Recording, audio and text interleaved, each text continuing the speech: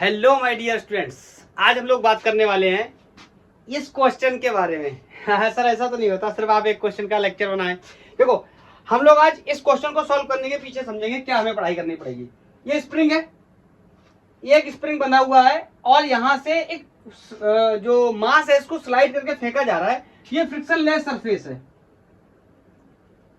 Frictionless surface है। तो ये ब्लॉक इसमें आके टकराता है, स्प्रिंग क्या होता है, दब जाता है। कितना दब जाता है, find the value of D. मेरे को यही बताना है और काफी अच्छा क्वेश्चन है, इंटरनेशनल बुक रसनिक हैलिडे से लिया गया है। क्लियर?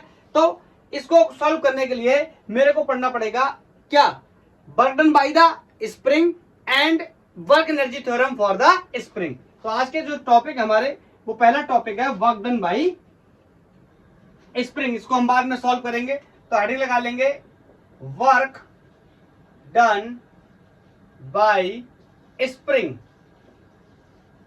थोड़ा सा स्प्रिंग के बारे में देख लेते हैं, उसके बाद वर्क डन बाय स्प्रिंग की बात कर लेंगे। जैसे मेरे पास मान लो एक स्प्रिंग है और ये अभी अनस्ट्रेच स्टेट में है। मैं कह सकता हूं क्या, x इक्वल टू 0 है। आपको पता है x का मतलब क्या है, ये डिस्टेंस है, ये डिस्प्लेसमेंट है। इधर दब सकता है, कॉम्प्रेस हो सकता है, या फिर इलोंगेट हो सकता है, एक्सटेंड हो सकता है, खिंच सकता है। फिर ध्यान से सुनना, अभी इसमें कुछ नहीं हो रहा है, ये अभी इक्विलिब्रियम सिचुएशन पे है। उसके बाद मैंने क्या किया, मैंने इस स्प्रिंग को खींचना शुरू किया और खींच करके मैंने इस तरीके से यहां ले आया और मैंने बोल दिया कि लेफ्ट से यहां तक मैंने इसको खींच दिया कुछ एक्स डिस्टेंस। क्लियर? मैंने इसको कुछ एक्स डिस्टेंस खींच दिया। अब मेरे को आप एक बात बताओ, ध्यान से सुनना। आपको इतना पता होगा, आपने पढ़ाई भी करी होगी कि जब मैं स्प्रिंग को क्या करूंगा, खींचूंगा या दबाऊंगा, तो स्प्रिंग पे लगेगा क्या, एक force, that is called restoring force. बोलो, एक फोर्स लगेगा और वो फोर्स हमेशा स्प्रिंग के अंदर लगने वाला रेस्टोरिंग फोर्स जो डिस्प्लेसमेंट आता है स्प्रिंग का, उसके अपोजिट डायरेक्शन में होता है। कैसे समझते हैं, एक केस और लेता हूं। मैंने इसको कॉम्प्रेस्ड कर दिया एक्स डिस्टेंस, ठीक है। इस केस में मैंने खींचा था, इस केस में मैंने दबा दिया। अब ध्यान से सुनना, क्या होगा, इस केस में फोर्स लगेगा, इसको खींचा जा रहा है बाहर तो फोर्स लगेगा अंदर की तरफ। बोलो एफ। इस केस में क्या है, इसको दबाया जा रहा है। तो मैं यहां पे थोड़ा सा इसको सीधा करके ऐसे बताता हूं, तो इसमें यहां फोर्स लगेगा एफ। क्लियर? बाहर की तरफ। बोलो डिस्प्लेसमेंट कहां है, अंदर की तरफ या लेफ्ट साइड, तो फोर्स कहां लग रहा है, राइट साइड। इसका मतलब इसमें लगने वाला फोर्स, स्प्रिंग के अंदर पाए जाने वाला restoring force is proportional to x. अगर मैं प्रोपोर्शनल टू एक्स लगाऊं, उसके बाद अगर मैं यहां माइनस का साइन लगा दूं, उसका मतलब क्या है, डायरेक्शन क्लियर हो जाएगी। मतलब जो डायरेक्शन डिस्प्लेसमेंट का है, उस डायरेक्शन की किस में काम कर रहा है, अपोजिट डायरेक्शन में काम कर रहा है। कौन? स्प्रिंग फोर्स के नाम से भी जानते हैं इसे। तो हम कह सकते हैं यहाँ पे हटाऊंगा क्या, प्रोपोर्शनलिटी आ जाएगा क्या, कांस्टेंट। माइनस के साइन को बाहर कर लिया, ये हो गया F equal to k x and this is called spring force. ये स्प्रिंग के अंदर लगने वाला फोर्स है, रेस्टोरिंग फोर्स है। हाँ, अगर आप मेरे से बहुत ज्यादा पूछना चाहो तो ये कहां से आया, तो मैं आपको इसके बारे में इतना बता देता हूं, ये हुक्स लॉ से सीखा है हमने। हुक्स लॉ से सीखा है। हुक्स लॉ क्या होता है सर, हुक्स लॉ बोलता है कि अगर स्ट्रेस और स्ट्रेन के बारे में एक्चुअली ये बताता है हुक्स लॉ कि किसी भी ऑब्जेक्ट पे लगने वाला फोर्स या फोर्स पर unit area, stress is directly proportional to change in length या चेंज इन डायमेंशन। क्लियर? इसके बारे में बताता है हुक्स लॉ। कौन? हुक्स लॉ कहता है कि stress is proportional to strain. ये होता है एक्चुअल हुक्स लॉ।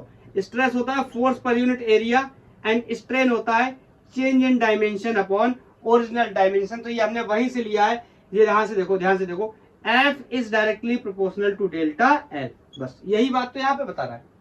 मतलब force is inversely proportional to, force is directly proportional to क्या है, डिस्प्लेसमेंट। लेकिन यहाँ पे डिस्प्लेसमेंट क्या है, अपोजिट डायरेक्शन में। मतलब मैंने दबाया तो फोर्स बाहर की तरफ, और अगर मैंने इसको खींचा तो फोर्स अंदर की तरफ। तो इसको मैंने बता दिया स्प्रिंग फोर्स। अब ध्यान से देखो, इस फोर्स को अगर तुम ध्यान से देखो, मैं तुमसे पूछूं क्या ये कांस्टेंट फोर्स है या फिर ये वेरिएबल फोर्स है। क्यों? क्योंकि हम डिस्कस करने जा रहे हैं क्या, वर्क डन। और हमें पता वर्क डन कैसे निकालते हैं।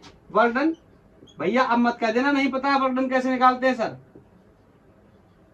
F vector dot S vector into cos theta, याद आया? अगर आपको सीखना है, मैं मान के चल रहा हूं देख के आए होंगे, अगर आप नहीं जानते फिर भी वर्क के बारे में, तो आप वर्क एनर्जी पावर का लेक्चर फर्स्ट देख सकते हैं जिसमें मैंने कांस्टेंट फोर्स से वर्क डन करवाया है। लेक्चर नंबर 2 देख सकते हैं जिसमें मैंने वेरिएबल फोर्स से वर्क डन करवाया है, और बहुत अच्छे अच्छे क्वेश्चंस कराए हैं एससी वर्मा सर की क्वेश्चन बुक के और जेईई मेंस वगैरह के, तो वहां से आप सीख सकते हैं। अगर आपको पता है तो सबसे पहले तो मुझे ये डिसाइड करना पड़ेगा वर्क डन निकालने के लिए कि क्या ये फोर्स कांस्टेंट है। अगर ये फोर्स कांस्टेंट है तो F equal to W equal to F S cos theta, इससे निकाल लूंगा। अगर वेरिएबल है तो DW equal to F D X का इंटीग्रेशन करके निकालना पड़ेगा। तो सबसे पहले तो देखना पड़ेगा कि स्प्रिंग का फोर्स एक कांस्टेंट फोर्स है या फिर ये वेरिएबल फोर्स है। आप फीलिंग से भी पता कर सकते हो ये वेरिएबल फोर्स है। कैसे? जैसे आप स्प्रिंग को खींचोगे, जितना ज्यादा खींचोगे उतना ही खींचना और मुश्किल, जितना ज्यादा खींचोगे उतना ही खींचना और मुश्किल, जितना खींचोगे उतना ही खींचना और मुश्किल, जितना दबाओगे उतना ही दबाना और मुश्किल। Is that clear? या फिर आप यहां से समझ सकते हो एक्स क्या है? डिस्प्लेसमेंट, मतलब फोर्स किसका फंक्शन है? पोजीशन का फंक्शन है। जैसे जैसे एक्स चेंज होगा वैसे वैसे फोर्स क्या होगा? चेंज होगा। इसका मतलब it means this force is variable. कैसी फोर्स है? वेरिएबल फोर्स है। तो बताओ वेरिएबल फोर्स के केस में मैं वर्क डन ऐसे तो कैलकुलेट नहीं कर सकता। मैं कैसे कैलकुलेट करूंगा? ऐसे। तो मैं इसको थोड़ा सा हटाता हूं, अब आपको बताता हूं। और ये स्प्रिंग फोर्स की है, इसका यूनिट वगैरह बताना हो तो बहुत ही आसान है। फोर्स को मार दो किससे? डिस्प्लेसमेंट से, तो इसका यूनिट क्या हो जाएगा? Newton per metre. ये छोटी छोटी बातें, ठीक है। अब सुनना मेरी बात को ध्यान से। मैं बोलूंगा क्या कि जब मैंने इसको खींचा इस पे एफ फोर्स लग रहा है, ठीक है, और जब मैंने इसको दबाया इस पे एफ फोर्स लग रहा है, लेकिन जैसे जैसे मैं इसको ज्यादा खींच रहा हूं वैसे वैसे इसका फोर्स और बढ़ता जा रहा है, या जैसे जैसे मैं इसको ज्यादा कॉम्प्रेस कर रहा हूं इसका फोर्स और बढ़ता जा रहा है। इसका मतलब फोर्स वेरिएबल है। तो वर्क डन मुझे कैसे कराना चाहिए? मैं कहूंगा कि इस पूरी डिस्टेंस x को ना खींच करके मैं उसको छोटे छोटे dx पाथ में या dx लेंथ में क्या करूंगा? खींच कर लेके जाऊंगा। ये dx वाला कॉन्सेप्ट मैं आपको कई बार बता चुका हूं, एक बार मैं आपको फिर बताता हूं इस dx का कॉन्सेप्ट। मैं मान के चलूंगा कि ये dx क्या है? ये एक डिफरेंशियल लेंथ है। इससे छोटी लेंथ अब और पॉसिबल मैथमेटिक्स में नहीं है। और सबसे इंपॉर्टेंट, इस dx लेंथ में फोर्स क्या रहने वाला है? कांस्टेंट रहने वाला है। सर अभी तो आपने कहा था we are dealing with the variable force. हाँ, मैं बार बार यही करता हूं, आप कभी भी लेक्चर देखोगे हमेशा से हम लोग यही करते चले आए हैं कि वेरिएबल फोर्स को भी क्या कर लेते हैं? कांस्टेंट कर लेते हैं बाय अ टेक्निक। हम कहते हैं इसको डिफरेंशियल लेंथ में तोड़ लेंगे। मैं मान के चलूंगा कि इस dx लेंथ में फोर्स की वैल्यू क्या है? सेम है। इस फोर्स की वैल्यू dx लेंथ में चेंज होने वाली नहीं है। It mean I can say the work done. बोलो इस छोटे dx को खींचने में छोटा सा dw वर्क डन करना पड़ा होगा। तो बोलो dw वर्क कितना हो जाएगा? अब ये मान के चल रहा हूं, आप लेक्चर देख के आए वर्क के, तभी आपको पता होगा वर्क क्या होता है। फोर्स और डिस्प्लेसमेंट का डॉट प्रोडक्ट होता है। बोलो इज दैट क्लियर? फोर्स और डिस्प्लेसमेंट का क्या होता है? डॉट प्रोडक्ट होता है। कौन? Work done.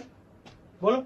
तो मैं कह सकता हूं इस छोटे से dx में इतना वर्क डन, फिर नेक्स्ट छोटा सा dx यही कहीं बना लेता हूं, अच्छा यहां बनाता हूं, इस dx में इतना वर्क डन, फिर नेक्स्ट dx में भी इतना ही work done, next next next, ऐसे ही करता चला जाऊं। या तो सुबह तक जोड़ूं, ऐसा नहीं कर सकता तो एक बार में जोड़ लेता हूं, मतलब क्या कर लूंगा? इंटीग्रेशन कर लूंगा। बोलो इज दैट क्लियर? इंटीग्रेशन कर लूंगा। मेरे को कोई दिक्कत मेरे हिसाब से नहीं होनी चाहिए। चलो अब बताओ मुझे क्या करना चाहिए? अब मैं यहां पे क्या करूंगा? इंटीग्रेट करूंगा फोर्स वगैरह की वैल्यू को पुट करके। तो बताओ स्प्रिंग के अंदर कितना फोर्स होता है? ये अभी अभी हम लोगों ने क्या किया हुआ है? डिस्कस किया हुआ है। बोलो ये अभी अभी हम लोगों ने क्या किया हुआ है? डिस्कस किया हुआ है। एक सेकेंड निकालते हैं वर्क डन। यहां पर देखो हम लोग क्या लिखते थे इसको? F D x cos theta. और बोलो कॉस थीटा की अगर वैल्यू रखने जाओ तो कितनी जाएगी? 180। कैसे? देखो अगर मैं स्प्रिंग को अंदर की तरफ कॉम्प्रेस करता हूं तो फोर्स बाहर की तरफ लगता है। बोलो, यही तो बार बार बता रहे।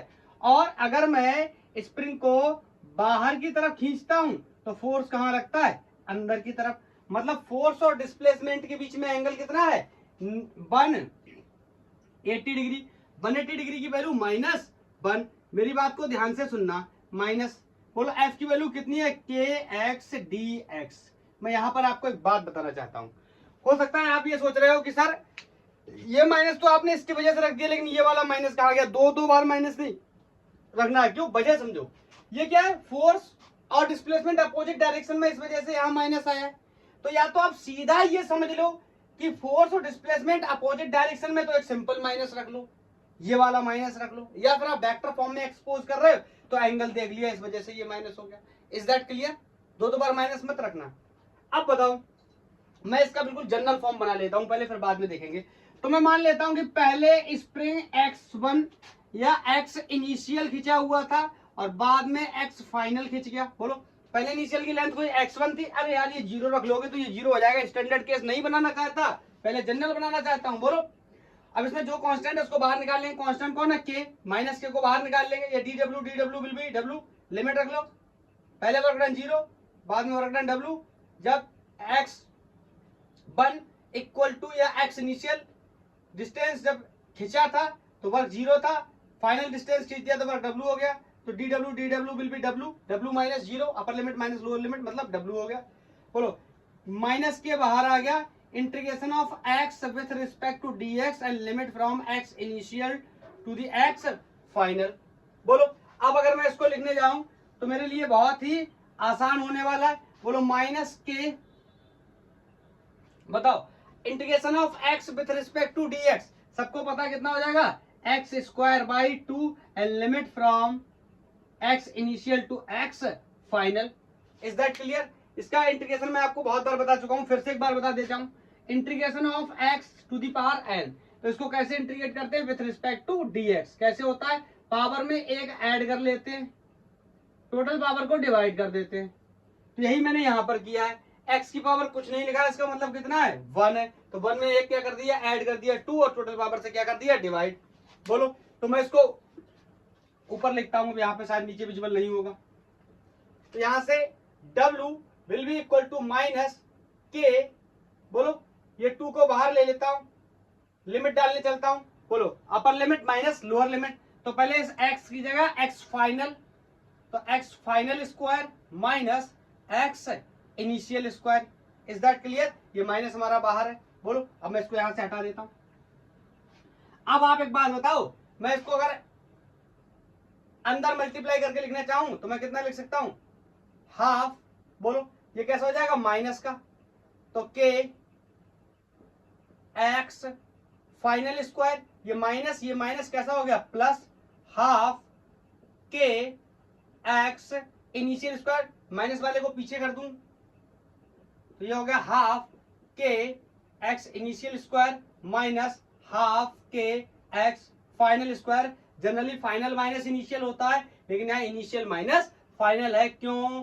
क्योंकि दोनों निगेटिव डायरेक्शन में, अपोजिट डायरेक्शन में। बोलो, सर मैंने तो मेरे स्कूल में या मेरी कोचिंग में पढ़ाया गया था कि work done by the spring force F equal to k x square होता है। कोई बात नहीं, के एक्स स्क्वायर के टर्म्स में बना लेते हैं। तो मैं मान लेता हूं इनिशियली जो स्ट्रेच है या जो कंप्रेशन है वो कितना है? 0। मतलब एक्स इनिशियल कितना है? 0। It means x initial 0, then क्या करते हैं? या तो कंप्रेस करते हैं या फिर खींचते हैं। तो डिस्टेंस x2 कितना हो जाता है? मान लो x, तो w इक्वल टू, बोलो, तो x इनिशियल, यहाँ x2 की जगह x फाइनल लिखूं तो बोलो, तो ये x इनिशियल वाला टर्म कितना हो जाएगा? 0। तो कितना बचा? Minus half k x F ही बाद में क्या हो गया? X square. तो ये आपके स्कूल वाला एक जनरल रिजल्ट आ गया। मतलब स्प्रिंग के अंदर या स्प्रिंग पर कितना फोर्स होगा स्प्रिंग का? तो W equal to half k x square, या कुछ लोग इसको हाफ के डेल्टा एक्स स्क्वायर भी लिखते हैं। डेल्टा एक्स का मतलब क्या है? Change in length of spring. बोलो स्प्रिंग की लेंथ क्या होगी, चेंज होगी। Is that clear? के बारे में मैं पहले से बता चुका हूं, इसका यूनिट क्या हो जाएगा, न्यूटन पर मीटर। बोलो तो ये हो गया work done by the spring. Is that clear? Is that clear? Note करो। अब मैं थोड़ा सा वर्क एनर्जी थ्योरम के बारे में बताना चाहता हूं। तो work energy theorem is very necessary. Work energy theorem का डिटेल डिस्कशन अगर आपने देखना है तो आप यूट्यूब पर टाइप कर सकते हैं work energy theorem by the गैंगबोर्ग फिजिक्स। इसके जस्ट प्रीवियस लेक्चर है वर्क एनर्जी थ्योरम का, आप जाके देखेंगे। बहुत ही अच्छे अच्छे क्वेश्चंस मैंने कराए हुए हैं, कॉन्सेप्ट बहुत अच्छे से बताए हुए हैं एससी वर्मा सर के और जेईई मेंस वगैरह के काफी अच्छे क्वेश्चंस मैंने कराए हुए हैं। तो यहाँ पर मैं अब वर्क एनर्जी थ्योरम का इस्तेमाल करने चला, तो अब मुझे पता है, अब मैं मान के चल रहा हूँ सब लोग वर्क एनर्जी थ्योरम पढ़ के आए, और आप नहीं पढ़ के आए तो जो बात मैं बता रहा हूं वो आप इतना याद रखो। वर्क एनर्जी थ्योरम कहता है work done by all forces will equal to change in kinetic energy, या work done by the net forces will equal to the change in kinetic energy. आप मेरे को एक सवाल का जवाब दे दो कि स्प्रिंग के केस में बात कर रहे हैं, work energy theorem for spring की बात कर रहे हैं, तो बताओ स्प्रिंग का वर्क डन कितना आया था, हाफ के एक्स स्क्वायर, अभी अभी हमने निकाला था। बोलो minus half k x square will be equal to change in kinetic energy, मतलब kinetic energy final minus kinetic energy initial. बोलो जरूरत पड़ने पर इसका यूज करेंगे, या जो क्वेश्चन जिस क्वेश्चन से मैंने लेक्चर स्टार्ट किया था, जो रसनिक हेलिडे का प्रॉब्लम था, उसको हम लोग अब सॉल्व करेंगे by the concept of work energy theorem. Is that clear? बोलो इज दैट क्लियर? मेरे हिसाब से कोई भी डाउट नहीं होना चाहिए। एक छोटा सा क्वेश्चन एससीबी से ले लेते हैं। एससी वर्मा सर की बुक का एक क्वेश्चन है इसी स्प्रिंग के ऊपर, इस स्प्रिंग के कॉन्सेप्ट के ऊपर। बोलो तो मैं कह सकता हूं क्या, work done by the all forces will equal to the change in kinetic energy, this is the statement of work energy theorem. मैंने अप्लाई कर दिया किसके ऊपर, स्प्रिंग के ऊपर, तो minus half k x square will be equal to kinetic energy final minus kinetic energy initial. एक question है एससी वर्मा का, a spring force constant is 50 Newton per meter. A spring force constant is 50 Newton per meter is compressed, उसको क्या किया गया है, compressed किया गया है from its natural length, compressed it's from its natural length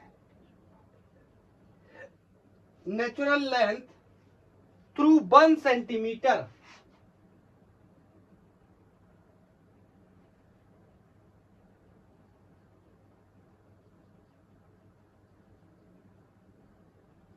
photo बनाओ, यहां पर फोटो बनाता हूं।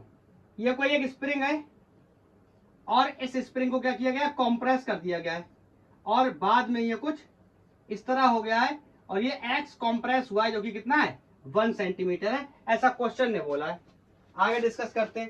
कह रहा find work done by the spring on the agency compressed bye the spring. बोलो मैं कह सकता हूं find work done bye spring. बोलो स्प्रिंग के द्वारा किया गया वर्क डन। मैं आपको बहुत बार ये बात बता चुका हूं, जब भी हमें वर्क निकालना है हमें ये देखना चाहिए हमें किस फोर्स का वर्क निकालना है। यहाँ वर्क डन बाय स्प्रिंग पूछ रहा है, अगर work done by external agent पूछता तो कहानी कुछ अलग हो सकती थी कि स्प्रिंग को खींचने में या स्प्रिंग को दबाने में कितना वर्क हुआ है, may be a different story. लेकिन हमसे work done by the spring पूछ रहा है तो हम कह सकते हैं, बोलो स्प्रिंग का जो वर्क डन होता है वही किसके बराबर होता है, बोलो चेंज इन काइनेटिक एनर्जी के बराबर। अरे सॉरी, हाँ चेंज इन काइनेटिक एनर्जी की जरूरत ही कहाँ है, वर्क डन सिंपली बताना है, that will be half k x square, W equal to half, k की वैल्यू है 50 इंटू एक्स कितना है 1 सेंटीमीटर, मतलब 10 to the power -4 metre, 10 to the power -2 metre, उसका स्क्वायर किया तो W इक्वल टू बोलो कितना हो गया 25 गुणा 10 की घात माइनस 4 जूल, या आप चाहो तो थोड़ा सा पॉइंट्स में एडजस्ट करके भी लिख सकते हो। यहाँ पॉइंट लगाओगे तो यहाँ -3 हो जाएगा, या 2.5 मिली जूल भी आप क्या कर सकते हो, लिख सकते हो। क्लियर है? ये छोटा सा सवाल था एससीबी से। मेरे से नेक्स्ट क्वेश्चन, वही क्वेश्चन है ये जो हमारे लेक्चर का स्टार्टिंग पॉइंट बना था, जिसमें हमने एक स्प्रिंग लिया हुआ है और इस स्प्रिंग को इस तरीके से रखा है और यहां पर मैंने कोई एक ब्लॉक बांधा हुआ है, सॉरी ब्लॉक रखा हुआ है, और इस ब्लॉक को मैं b वेलोसिटी से चलाता हूं। मेरे से बोल रहा है ये इसमें आगे टकराता है और टकराने के बाद स्प्रिंग कोई d डिस्टेंस कॉम्प्रेस्ड हो जाता है। Find the value of d। इस d की वैल्यू बतानी है। इंपॉर्टेंटली ये कैसी सरफेस है, फ्रिक्शन लेस सरफेस है, कोई भी फ्रिक्शन का कॉन्सेप्ट नहीं है। बोलो, अगर फ्रिक्शन होता तो भी हम डिस्कस कर लेते, लेकिन नहीं है फ्रिक्शन तो भी हम काम कर ले जाएंगे। और बताओ क्या इसकी स्पीड या वेलोसिटी का रिलेशन इसके कॉम्प्रेशन या एक्सपेंशन के साथ बन सकता है? आप कहोगे सर बिल्कुल बन सकता है। हम क्या करेंगे, use of work energy theorem, हम वर्क एनर्जी थ्योरम का यूज कर लेंगे। Work done by all forces या net forces will equal to the change in kinetic energy. बोलो तो कितने फोर्सेस हैं? अब कॉस ये इससे टकराएगा तो स्प्रिंग का ही फोर्स प्ले में आएगा। अगर फ्रिक्शन होता तो फ्रिक्शन की भी बात करते, फ्रिक्शन है नहीं तो हम बोलेंगे क्या, work done by spring, work done by spring force. बोलो एंड ग्रेविटेशनल फोर्स, अगर आप चाहो तो देखो सब कुछ कंसीडर कर सकते हैं। Work done by gravitational force, work done by friction force will be equal to the change in kinetic energy, मतलब kinetic energy final minus kinetic energy initial. Discuss कर लेते हैं थोड़ी सी बातों के बारे में। बोलो अगर मैं आपसे कहूं फ्रिक्शन फोर्स का वर्क डन तो वैसे 0 हो जाएगा क्योंकि फोर्स ही नहीं है। सबको पता है कि वर्क डन सिंपली क्या होता है, फोर्स एंड डिस्प्लेसमेंट का डॉट प्रोडक्ट होता है। एक सेकेंड, फ्रिक्शन फोर्स का वर्क डन तो 0 हो गया, क्यों? क्योंकि फ्रिक्शन फोर्स है ही नहीं। अच्छा ग्रेविटेशनल फोर्स की बात करें, मैं आपको थोड़ा बहुत बता दे रहा हूं, वैसे तो हम लोग एक्सप्लेन कर चुके हैं। बोलो तो ये बोलेंगे मान लो कोई डिस्टेंस एक्स चल के आया होगा और ग्रेविटेशनल फोर्स हमेशा इस तरीके से नीचे की तरफ। बोलो इन दोनों के बीच में एंगल कितना होगा 90, तो इसका वर्क डन कितना हो जाएगा 0। ये डिस्कस कर चुके हैं हम, जब वर्क डन 0 हो जाता है जब एंगल 90 डिग्री होता है, तो ये भी 0। बोलो कौन बचा, स्प्रिंग फोर्स। स्प्रिंग फोर्स का वर्क डन कितना होता है, half k x square will be equal to change in kinetic energy. देखो यार बी वेलोसिटी या बी स्पीड से फेंका गया, इसमें आगे आएगा, टकराएगा, टकराने के बाद कहीं पर आकर ब्लॉक टकरा के अपनी फाइनल वेलोसिटी को क्या कर देगा, 0 कर देगा। तभी तो ये डीकॉम्प्रेस्ड हो जाएगा। बोलो तो ये मतलब फाइनल काइनेटिक एनर्जी कितनी हो जाएगी 0 माइनस इनिशियल काइनेटिक एनर्जी कितनी हो जाएगी, हाफ एम बी स्क्वायर। बोलो मुझे निकालना क्या है, डी निकालना है। तो बोलो इस एक्स की जगह क्या रख दूं, डी, यही तो कंप्रेशन हो जाएगा। बोलो ये हाफ से हाफ कट गया, माइनस से माइनस कट गया।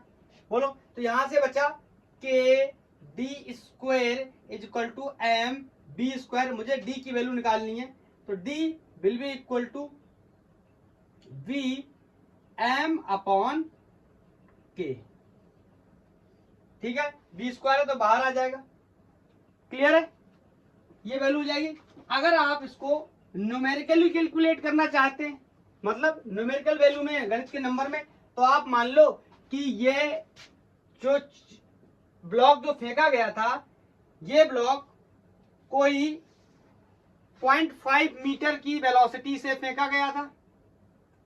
ठीक है, और ये जो कोई स्प्रिंग कांस्टेंट है इसका, ये गिवन है 750 न्यूटन पर मीटर। क्लियर है, और क्या बचा, mass of the block is, मान लो कितना दिया है 0.4 ग्राम, 0.4 किलोग्राम। तो ये सारी वैल्यूज को रखोगे तो यहां से जब डी को सॉल्व करोगे, this is going to be 1.2 centimetre.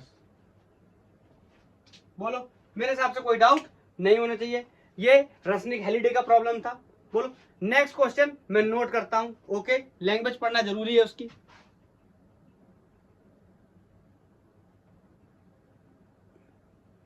Next this question is from JEE mains 2021 और पढ़ लेते हैं क्वेश्चन की लैंग्वेज को। बोल रहा है कि इंजन है attach to a wagon through a shock absorber of length 1.5 metre. The system with the total mass 4000 kg is moving with the speed of 72 kilometre per hour. When brakes are applied to bring into the rest, the process system brought to be rest। System कहाँ आ गया? Rest में। मतलब final kinetic energy अगर जरूरत पड़ गई तो क्या हो जाएगी? जीरो। ठीक है। The spring of the shocks absorber compressed 1 metre. जो स्प्रिंग सॉकर का जो स्प्रिंग है वो क्या करता है? कंप्रेस्ड हो जाता है 1 मीटर। कह रहा है 90% of the kinetic energy of the wagon is lost due to the friction if spring constant is. Spring constant की वैल्यू पूछी गई, कोई 10⁵ ऑर्डर में आने वाली है। मेरी बात को जवाब देना। मैं आपसे बोलूं, बोलो 90% एनर्जी लॉस हो गई फ्रिक्शन में, ऐसे बना देता हूं, ठीक है। 90% एनर्जी फ्रिक्शन में लॉस हो गई तो 10% एनर्जी ने क्या किया होगा? वर्क किया होगा। या 10% जो एनर्जी है वही क्या है? वर्क है। किसका वर्क है? किसका वर्क है? स्प्रिंग का वर्क है। भैया स्प्रिंग जब दबा होगा तो स्प्रिंग ने कुछ काम किया होगा, तो मैं कह सकता हूं क्या? स्प्रिंग ने कुछ वर्क किया होगा। तो बोलो स्प्रिंग का वर्क कितना होता है? Half k x square. बोलो मेरे से बोला जाए स्प्रिंग का वर्क या इसकी एनर्जी कितनी रह गई होगी, तो मैं यहां पर आपसे एक जवाब पूछ सकता हूं कि एक्चुअली में इसके पास टोटली क्या थी? काइनेटिक एनर्जी थी, सिर्फ काइनेटिक एनर्जी थी। और उस काइनेटिक एनर्जी का क्या हुआ? वो काइनेटिक एनर्जी ध्यान से देखोगे तो दो चीजों में बट गई। एक फ्रिक्शन फोर्स के अगेंस्ट काम करने में, दूसरा स्प्रिंग को कॉम्प्रेस्ड करने में। तो फ्रिक्शन में बर्बाद हुई 90%, 10% से स्प्रिंग को क्या किया गया? कॉम्प्रेस्ड किया गया। तो मेरे से कह रहा है स्प्रिंग के कांस्टेंट की वैल्यू कितनी होगी? आप क्या मेरे को ये बात बता सकते हैं? तो मैं आपसे एक बात पूछ सकता हूं, मैं ऐसे बोल सकता हूं कि ये जो वैल्यू है यही क्या रही होगी? हाफ एम बी स्क्वायर का। बोलो बोलो बोलो बोलो, हाफ एम बी स्क्वायर का कितना? 10%। नहीं समझ में आया? भैया किसी के पास, ऐसे समझो किसी के पास 100 जूल एनर्जी थी, 90 जूल एनर्जी उसने खर्च कर दी किसी काम में, लेकिन 10 जूल एनर्जी खर्च करी स्प्रिंग को दबाने में। हमारा लेना देना किससे? स्प्रिंग से। That's why we are dealing with the spring concept. अगर आपसे कहा जाए कि वर्क डन बाय फ्रिक्शन बताओ, तो आप कहोगे फ्रिक्शन की वजह से जो वर्क डन हुआ, लॉस हो रही ना एनर्जी, इस वजह से माइनस का साइन लगा रहा हूं, ठीक है। 90% लॉस हो गई थी, कितनी? Half m v square. Kinetic energy तो थी इसके पास, तो बोलो काइनेटिक एनर्जी कितनी थी? Half m v square. उसका 90% फ्रिक्शन ने लॉस कर दिया और बची हुई जो 10% है उससे काम हो गया किसके ऊपर? स्प्रिंग के ऊपर। स्प्रिंग को क्या कर दिया गया?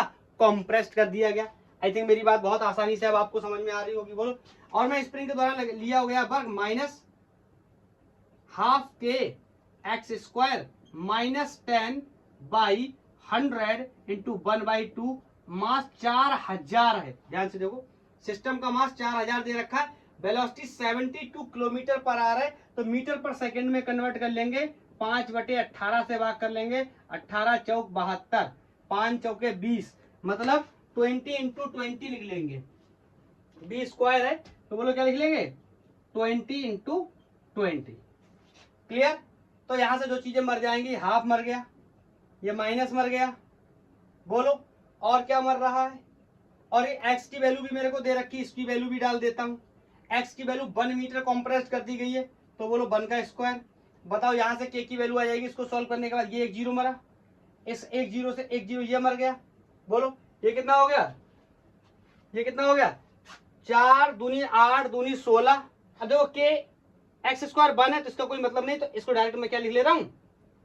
के ही लिख लेता हूं। Will be equal to, visibility है, विजिबिलिटी है, मेरा काम हो जाएगा। बोलो 2 0 3 0 4 0। बोलो 4 चौक 4 दूनी 2 दूनी 4 चौक 16, 4000 ही था ना।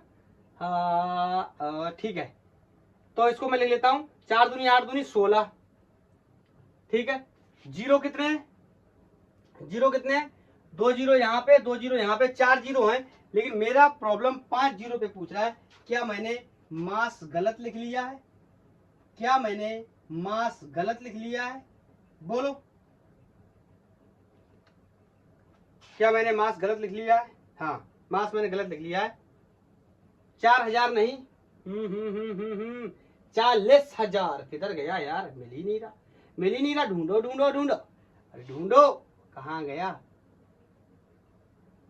ये है, ये मास को मैं दोबारा चेंज कर देता हूँ, 4000 नहीं है, 40,000 केजी है, ठीक है। 40,000 केजी लिख देता हूँ, 1 2 3 4 5, ठीक है। एक जीरो से एक जीरो इसका कट गया, और बोलो, एक जीरो से एक जीरो ये कट गया, और ये कितना होगा, 4 और 1, कितने जीरो होने चाहिए, 4, इकाई, दहाई, सैकड़ा, हजार, 10,000, लाख, क्या यार, क्या गंदगी हो रही है, बोलो। अब सही है, 3 जीरो ये, 2 जीरो ये, 5 zero, 10 to the power 5 and newton per metre is the answer, unit, बोलो। तो क्लियर हो गया। इस खाली जगह में हमें क्या भरना है, 16, बोलो। तो x की वैल्यू या कोई वैल्यू कितनी हो जाएगी, 16। ये क्वेश्चन जेईई मेंस 2021 में आया गया था। ये बैगन है, उसको दबाया गया है, तो एक ब्रेक लगाया गया, ब्रेक लगाने से दबा है, तो हमें ये कॉन्सेप्ट समझना है। उसकी टोटल एनर्जी 2 चीजों में बर्बाद हो गई, एक फ्रिक्शन के खिलाफ काम करने में, दूसरा स्प्रिंग को दबाने में। तो हमारा लेना देना स्प्रिंग के दबाने से है, तो हमने कह दिया स्प्रिंग ने सिर्फ 10% एनर्जी बर्बाद करी है, ठीक है। और एनर्जी है कितनी टोटल, वैसे 10 जूल, 5 जूल, 20 जूल होती है, लेकिन यहाँ पे हाफ mv² जूल है, काइनेटिक एनर्जी के फॉर्म में, बोलो। नेक्स्ट, ये नेक्स्ट क्वेश्चन है, और ये एससी वर्मा का है, एससी वर्मा से लिया है मैंने इस क्वेश्चन को। देखो, कह रहा है कि 2 इक्वल मासेस, 2 इक्वल मास किसी स्प्रिंग से बांधे गए हैं, ठीक है। आप पढ़ते रहो सवाल को, ठीक है। और जिसका स्प्रिंग कांस्टेंट कोई क्या है, के है।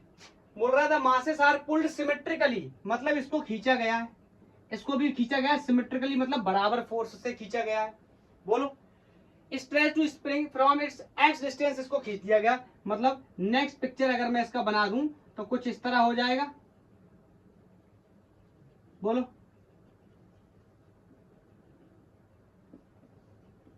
बोलो, ब्लॉक यहां से कितना खिंच गया, एक्स, और यहां से भी कितना खिंच गया, एक्स। क्वेश्चन ने कहा, मैं नहीं कह रहा हूं। एक्स एक्स खींच दिया गया, कहां से, इसकी नेचुरल स्टेट से। कह रहा वर्डन बाय द स्प्रिंग, बताइए कितना स्प्रिंग के द्वारा वर्डन होगा। एससी वर्मा का क्वेश्चन है, let's start to solve this. बोलो, कैसे सॉल्व करेंगे? मैं आपसे बोल सकता हूं, आप अगर आपने ये बोला -12 kx², इसका क्या हो गया, वर्क डन हो गया। तो जब आप इसे सॉल्व करने जाओगे तो ये सॉल्व नहीं होगा। क्यों नहीं होगा? क्योंकि ये इंटीग्रेशन वाले मेथड से करें तो ज्यादा बेहतर रहेगा। क्यों? dw will be equal to f dx cos 180 dw, पहले थोड़ा सा बेस बना देता हूं, -kx, याद आया, इंटू dx। बोलो बोलो, अब यहां से सॉल्व करो। अब बताओ ब्लॉक को कहां से कहां तक खींचा गया है। ब्लॉक का टोटल डिस्प्लेसमेंट अगर आपसे पूछा जाए कितना हुआ, तो आप कहोगे x इधर खींचा और x इधर खींचा, तो ब्लॉक का टोटल डिस्प्लेसमेंट कितना हो गया, 2x। मतलब जो डिस्टेंस में कितनी ले रहा हूं, ये x ले रहा हूं, उसको मुझे कितना लेना चाहिए, 2x। उससे भी हो जाएगा, 2 इक्वेशंस बना के होगा, लेकिन हम इससे करना ज्यादा प्रीफर करेंगे। बोलो, तो मैं इसको ले सकता हूं कितना, ये हो गया 2x dx। 2 क्या है, कांस्टेंट, k भी क्या है, कांस्टेंट। तो 2k को मैंने क्या कर लिया, बाहर। अब इंटीग्रेशन करूंगा, बोलो लिमिट लिमिट 0 से। अरे बताओ, बिना लिमिट के तो कोई काम ही नहीं होगा ना। हम इंटीग्रेट कर रहे हैं तो हमें लिमिट की तो रिक्वायरमेंट होगी ना। बोलो बोलो, टोटल इलांगेशन इसमें कितना हुआ है, x हुआ है। बोलो, क्लियर है? या फिर आप ऐसा कर लो, इसको टोटल x मान लो। यहां मान लो ये x/2 खिंचा है, x/2 खिंचा है, टोटल कितना खिंचा है, x खिंचा है। तो यहाँ x मान लो, लिमिट फ्रॉम 0 टू x/2 मान लो। क्लियर? चाहे वैसे कर लो, कोई फर्क नहीं पड़ता। तो dw will B w minus, बोलो इसका इंटीग्रेशन कितना हो जाता है, सबको पता है, x² 2 limit from 0 to x by 2 बोलो W will be equal to minus k बोलो यहां लिमिट डालने जाऊंगा x स्क्वायर तो इसको 2 को पहले बाहर कर लेता हूं k बाई 2 ये कितना हो जाएगा x स्क्वायर बाई 2 माइनस 0 अरे 0 की जगह बोलो तो यहां मल्टीप्लाई किया कितना हो गया W equal to minus half k x square minus half इसकी वजह से माइनस हाफ यहां से निकल आया कितना हो गया 1 बाई सॉरी माइनस हाफ इसकी वजह से प्लस हाफ इसकी वजह से कितना हो गया minus 1 by 4 k x square तो बताओ स्प्रिंग पर कितना काम होगा minus half k x square is that clear बोलो मेरे हिसाब से कॉन्सेप्ट बिल्कुल क्लियर होना चाहिए काफी अच्छे अच्छे क्वेश्चंस लिए हमने स्प्रिंग के से रिलेटेड एससीबी और जेई से बोलो नेक्स्ट एक क्वेश्चन मैं और देना चाहता हूं आपको ये नेक्स्ट क्वेश्चन जेई मेंस 2021 से लिया गया है और मैं आपको थोड़ी सी इंफॉर्मेशन देना चाहता हूं ये क्वेश्चन एक्चुअली स्प्रिंग से रिलेटेड नहीं है ये वर्क